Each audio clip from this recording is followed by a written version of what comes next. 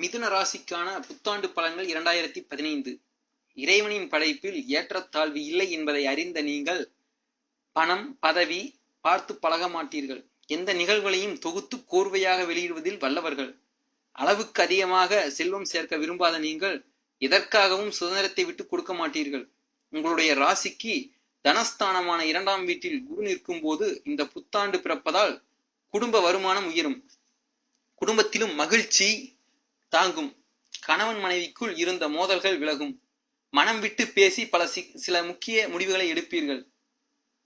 உறவினர் நண்பர்கள் மத்தியில் மரியாதை கூடும். வேலைக்கு விண்ணப்பித்து காத்திருந்தவர்களுக்கு நல்ல நிறுவனத்திலிருந்து அழைப்பு வரும். மகளுக்கு நல்ல வரன் அமையும். மகனுக்கு நல்ல நிறுவனத்தில் வேலை கிடைக்கும். பிள்ளைகள் உயர்கல்வி உத்தியோகத்தின் பொருட்டு அயல்நாடு செல்வார்கள். ஷேர் மூலமாகவும் பணம் வரும். முன்கோபம் குறையும். சாதுரியமாகவும் இங்கிதமாகவும் பேசி எல்லா வேலைகளையும் முடித்து காட்டுவீர்கள். அக்கம் பக்கம் வீட்டாரும் மதிப்பார்கள். முகம் மலரும். அழகு இளமை கூடும். அரசால் ஆதாயம் உண்டாகும். அரசு காரியங்கள் விரைந்து முடிவடையும். சனி பகவான் உங்கள் ராசிக்கு 6ஆம் வீட்டில் நிற்கும் போது இந்த புத்தாண்டு பிறப்பதால் வழக்குகள் சாதகமாகும். இழுபறியாக இருந்து தள்ளிப்போன காரியங்களை உடனடியாக முடிவடையும். தைரியமாக சில முக்கிய முடிவுகளை எடுப்பீர்கள். பழைய கடனில் ஒரு பகுதியை பைசல் செய்வீர்கள். சவால்கள் விவாதங்களில் வெற்றி பெறுவீர்கள். 2 சக்கர வாகனத்தை மாற்றிவிட்டு 4 சக்கர வாகனம் வாங்கும் அமைப்பு உண்டு. உங்களுடைய ராசியை சூரியன் பார்த்து கொண்டிருக்கும் நேரத்தில் இந்த வருடம் பிறப்பதால் உடல் உஷ்ணமாக இருக்கும் அதிகமாகும். கனவு தொல்லையும் வந்து போகும். சில நேரங்களில் உணர்ச்சி வசப்பட்டு பேசுவீர்கள். மற்றவர்களை திருத்துவதற்கு முயற்சி செய்து உங்கள் பெயரை நீங்கள் கெடுத்துக் கொள்ள வேண்டாம். ராசிக்கு 8இல் செவ்வாய் மறைந்திருக்கும் போது இந்த புத்தாண்டு பிறப்பதால் உடன் பிறந்தவர்கள் அலைச்சல் டென்ஷன் இருக்கும். தங்கையின் திருமணத்தை முன்னின்று நடத்துவீர்கள். வீடு மனை வாங்குவது விற்பதில் வில்லகம் வந்து போகும். உங்கள் யோகாதிபதியான புதனும் சுக்கிரனும் ராசிக்கு 8இல் நிற்கும் போது இந்த ஆண்டு பிறந்தால் திடீர் பயணங்கள் அதிகரிக்கும். நீண்ட நாட்களாக செல்ல வேண்டும் என்று நினைத்திருந்த வெளிநாடு புண்ணிய ஸ்தலங்களுக்கு சென்று வருவீர்கள். வீடு கட்டுவீர்கள். வங்கி கடன் உதவி கிடைக்கும். மின்னணு மின்சாதனங்களுக்கு நவீனமாக வாங்குவீர்கள். மனைவிக்கு வேலை கிடைக்கும். அவர் வழியில் உதவிகளும் உண்டு. 4ஆம் வீட்டில் ராகு நிற்கும் போது இந்த புத்தாண்டு பிறப்பதால் தாயாருடன் கருத்து மோதல் வரும். அவரின் உடல்நிலை பாதிக்கும்.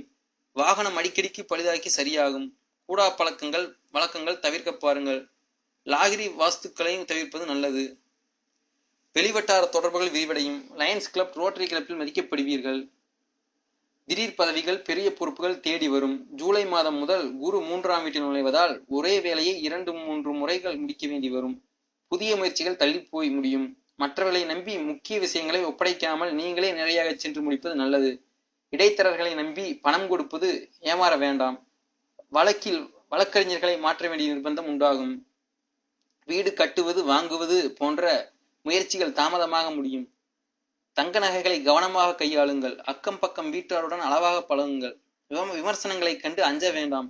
யாருக்காகவும் எந்த உறுதிமொழியும் தர வேண்டாம். மனைவிக்கு மருத்துவ செலவுகள் அவருடன் மோதல்கள் வந்து போகும். சந்தேகத்தால் நல்லவர்களின் நட்பை இழக்க நேரிடும். பணப்பற்றாக்குறை ஏற்படும். ஒரு சொத்தை விற்று சில பிரச்சனைகளிலிருந்து வெளிவருவீர்கள். எதிர்பாராத பயணங்கள் அலைச்சல் செலவுகள் இருக்கும். சனி 6இல் நிற்பதால் அடுத்தடுத்த சுப நிகழ்ச்சிகள் வீடுகளை கட்டும். வெளிவட்டாரத்தில் செல்வாக்கு உயரும். எதிரும் புதிருமாக பேசியவர்கள் எல்லாம் வலிய வந்து நட்பு பாராட்டுவார்கள். பெரிய பதவிகள் எல்லாம் தேர்ந்தெடுக்கப் பெறுவீர்கள். வேலை கிடைக்கும். உறவினர்கள் நண்பர்கள் வீட்டு விசேஷங்களில் முன்னின்று நடத்துவீர்கள்.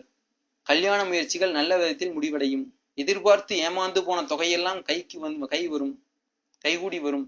இந்த ஆண்டு முழுக்க கேது 10இல் நீடிப்பதால் ஓய்வெடுக்க முடியாதபடி வேலைகள் இருந்து கொண்டே இருக்கும். சிறு சிறு மரியாதை குறைவான சம்பவங்கள் அவ்வப்போது நிகழக்கூடும். கோயில் விசேஷங்களுக்கு தலைமை தாங்குவீர்கள். உத்தியோகத்தில் அடிக்கடி இடமாற்றங்கள் மறைமுக எதிர்ப்புகள் வந்து போகும். சூரியன் ராசிக்கு 7இல் நிற்கும் போது இந்த ஆண்டு பிறப்பதால் மனைவிக்கு முதுகு மூட்டு வலி வந்து போகும். யாருக்காகவும் ஜாமீன் கேரண்டர் கையெழுத்து போட வேண்டாம். அரசு விவகாரங்களில் அலட்சியம் காட்டாதீர்கள். அவ்வப்போது உணர்ச்சி வசப்படுவீர்கள்.